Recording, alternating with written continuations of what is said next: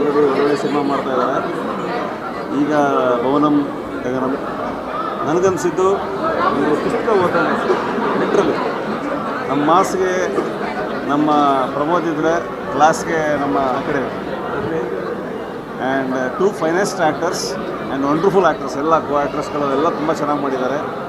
And Uday Leela sir cinematography extraordinary. ಅಂದರೆ ಒಂದು ಒಂದು ಒಂದು ಟ್ರಾವೆಲ್ ಜರ್ನಿ ಇದೆ. ಒಂದು ಹೋಲ್ ಜರ್ನಿ ಲ್ಯಾಂಡ್ಸ್ಕೇಪನ್ನು ತೋರಿಸಿರೋ ರೀತಿ ಆ್ಯಂಡ್ ಪರ್ಫಾರ್ಮೆನ್ಸ್. ಇನ್ನೇನು ಮಾಸ್ ಆಯಿತು ಅಂದಾಗ ಒಂದು ಕ್ಲಾಸ್ ಆಯಿತು ಅಂದಾಗ ಮಾಸ್ ಬರ್ತಾರೆ. ನನಗಿಬ್ರು ಮುಂಚೆಯಿಂದ ಪರಿಚಯ. ಇವ್ರ ಆ್ಯಕ್ಟಿಂಗಿಂದ ನನಗೆ ತುಂಬ ಕಲಿಯೋದಿದೆ ಅನ್ನಿಸ್ತಾ ಇದೆ ನನಗೆ. ಫಂಟ್ಯಾಬುಲಸ್ ಫಿಲಮ್. ಒಂದು ಪುಸ್ತಕ ಓದಂಗೆ ಆಗುತ್ತೆ.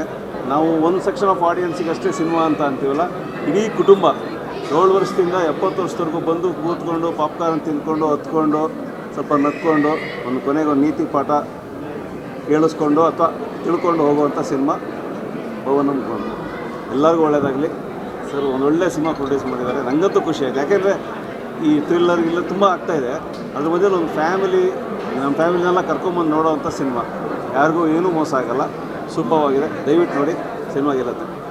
ಸಂಗೀತ, ಸಾಹಿತ್ಯ, ಉತ್ತಮವಾದ ನಟನೆ, ಕಂಪ್ಲೀಟ್ ಪ್ಯಾಕೇಜ್ ಸಿನಿಮಾ. ಈ ಸಿನಿಮಾನ ಕರ್ನಾಟಕದ ಎಲ್ಲ ಕನ್ನಡಿಗರು ಗೆಲ್ಲಿಸಬೇಕು ಅಂತ ನಾನು ಕೇಳ್ಕೊಳ್ತೀನಿ ಪರ್ಸ್ನಲಿ.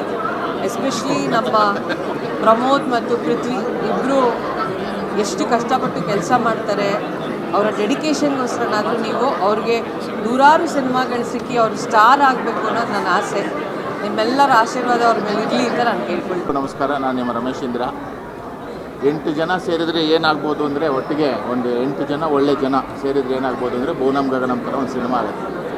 4 ಜನ ಒಳ್ಳೆ ನಟರು, 3 ಜನ ಒಳ್ಳೆ ಟೆಕ್ನಿಷಿಯನ್ನು, ಒಬ್ಬ ಒಳ್ಳೆ ನಿರ್ಮಾಪಕರು ಸೇರಿದ್ರೆ ಈ ಥರ ಒಂದು ಒಳ್ಳೆ ಸಿನಿಮಾ ಆಗುತ್ತೆ.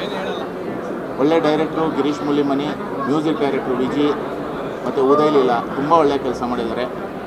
ಅವರಷ್ಟು ಜನಕ್ಕೆ ಸಪೋರ್ಟಾಗಿ ನಿಂತಿದ್ದರು ಮುನೇಗೌಡರು. ಇದೆಲ್ಲದ್ರ ಜೊತೆಗೆ 4 ಜನ ತುಂಬ ಅದ್ಭುತವಾಗಿ ನಟಿಸಿರೋದು. ಪೃಥ್ವಿ, ಪ್ರಮೋದು, ರೇಷಲ್ಲು ಮತ್ತು ಪೊನ್ನು ಅಶ್ವತಿ 4 ಜನ ತುಂಬ ಚೆನ್ನಾಗಿ ಮಾಡಿದ್ದಾರೆ. ಇದರಲ್ಲೊಂದು ಲೈನ್ ಬರುತ್ತೆ, ಹಾಡು ಹಾಯಾದ ಅನುಭೂತಿ ಅಂತ. ಈ ಸಿನಿಮಾ ಹಾಗೆ ಇದೆ, ಹಾಯಾದ ಅನುಭೂತಿ. ಬಂದು ತುಂಬ ಸಂತೋಷವಾಗಿ ಖುಷಿಯಾಗಿ ನೋಡಿಕೊಂಡು ಹೋಗ್ಬೋದು. ಅಂಥ ಒಳ್ಳೆ ಸಿನಿಮಾ. ಪ್ರೋತ್ಸಾಹಿಸಬೇಕು, ಚೆನ್ನಾಗಿ ನೋಡಿ ಗೆಲ್ಲಿಸಿ ಫಿಲಮ್ನ. Thank you. ಪ್ರಮೋದ್ ಬ್ರದರ್ಗೆ ಗೀತಾ ಬ್ಯಾಂಗಲ್ಸ್ಟರಿಂದನೂ ಫ್ಯಾನು, ಇವ್ರಿಗೆ ದೇವಿಯಿಂದ ಫ್ಯಾನು.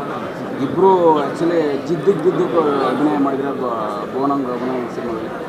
ಆ್ಯಕ್ಚುಲಿ ತುಂಬ ಖುಷಿಯಾಯಿತು. ಒಳ್ಳೆಯ ಸ್ಟೋರಿ, ಒಂದು ಸಂಬಂಧಕ್ಕೆ ವ್ಯಾಲ್ಯೂ ಕೊಡುವಂಥ ಒಂದು ಸಿನಿಮಾ ಭವನಂ ಗಗನಂ.